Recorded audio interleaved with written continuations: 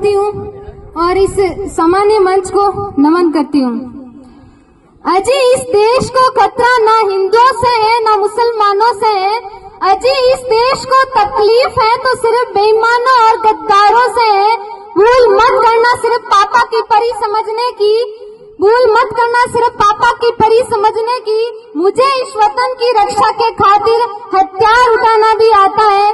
यहाँ की चांदनी मिट्टी का गुणगान करती हूँ, यहाँ की चांदनी मिट्टी का ही गुणगान करती हूँ। मुझे चिंता नहीं है स्वर्ग जाकर मोक्ष पाने की, कि मुझे चिंता नहीं है स्वर्ग जाकर मोक्ष पाने की। बस तिरंगा हो कफन मेरा, यही अरमान रखती हूँ, यही अरमान रखती हूँ।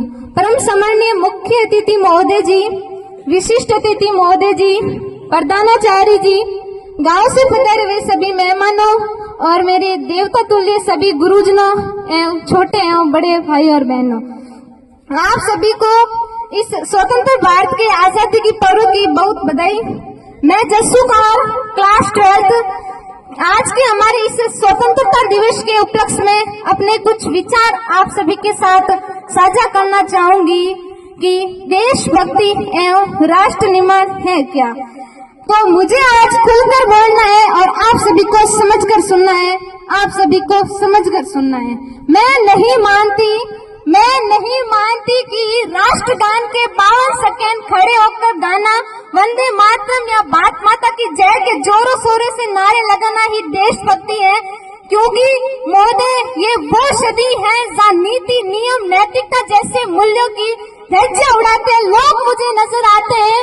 ये वो सदी है जहाँ सत्य, अहिंसा, सदाचार, शांति एवं स्नेह जैसे मूल्यों कार्यों के भाव बेचते लोग मुझे नजर आते हैं। और महोदय ये वो सदी है जहाँ घर में दो सगे भाई भी शांति, अमन एवं चैन के साथ बड़ी मुश्किल से जीते नजर आते हैं। और जिस देश के युवा आज फेसबुक, व्हाट्सएप, इंस्टाग्राम, स्नैपचैट जैसे सोशल नेटवर्किंग साइट्स पर सेटिंग, डेटिंग, चैटिंग और फ्लर्टिंग के मायाजाल में फंसे नजर आते हैं, और अरे मुझे तकलीफ तो तब होती है जब कांच का ये नौजवान जिसके कंधों पर जिम्मेदारी है राष्ट्र निर्माण की, देश समाज के आशाओं को जोड़कर रखने की, वही युवा पबजी गेम में डूबा और शराब की लत में भीगा नजर आता है। पबजी गेम में डूबा और शराब की लत में भीगा नजर आता है। तो मैं इन युवाओं को कहना चाहूंगी कि ए मोहन निंदा में सोने वाले लोगों, अभी वक्त है तुम जाग जाओ। इससे पहले कि तुम्हारी ये नींद कहीं श्रेष्ठ को ही ना ले डूबे, इससे पहले कि तुम्हारी ये नींद कहीं श्रेष्ठ को ना ले डूबे। अजी इस देश को खतरा ना हिंदुओं से है ना मुसलमानों से है। अजी इस देश को तकलीफ है तो सिर्फ बेईमानों और गद्दारों से है, बेईमानों और गद्दारों से है। एक सैनिक को बनकर सेना में जाना ही देशभक्ति नहीं होती, कि एक सैनिक बनकर सेना में जाना ही देशभक्ति नहीं होती। आजादी की पूर्व बात कुछ और थी और आज बात कुछ और है।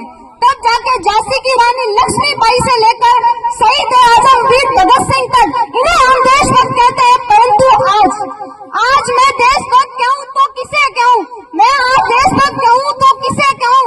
अपने परिवार, समाज और राष्ट्र के प्रति समर्पण का भाव है देशभक्ति। हर देशद्रोही के जीवन में आने वाला तूफान है देशभक्ति। धर्म लोकता को पछाड़कर ईमानदारी से किया गया काम है देशभक्ति। धर्म लोकता को पछाड़कर ईमानदारी से किया गया काम है देशभक्ति। और धर्म लोकता को पछाड़कर ईमानदारी से किया गया काम है देशभक्ति। और एक पत्रकार अपनी पत्रकारी पूरी ईमानदारी से करे तो वो है देशभक्ति। एक बीमार बुजुर्ग को दवाई दी जाए तो वो है देशभक्ति। और एक शिक्षक पैसों के लिए नहीं, वरन जब विद्यार्थियों के आगे बढ़ाने के उद्देश्य से आगे बढ़ाए तो वो है देशभक्ति, और आज के ये नौजवान युवा इस वतन के खातिर दूसरों को मारने के नहीं, पहले खुद मरने को तैयार हो तो वो है देशभक्ति। तो मैं इन देशद्रोहियों को कहना चाहूंगी कि ए हवा में जहर घोलने वालों, फिजाएं हमारे इशारों से बदलती है। तुम क्या तस्वीर बदलोगे मेरे हिंदुस्तान की, शेरों के जिक्र में माँ भारती बसती है, और अगर आज यहाँ मैं बात महिलाओं की करूँ तो आज महिलाओं को आरक्षित नहीं बल्कि सुरक्षित करने की जरूरत है। महिलाओं को आरक्षित नहीं बल्कि सुरक्षित करने की जरूरत है, क्योंकि आज कन्या भ्रूण हत्या, दहेज प्रथा, बाल विवाह, यौन शोषण और बलात्कार जैसी बातें बढ़ती नजर आ रही है। तो ना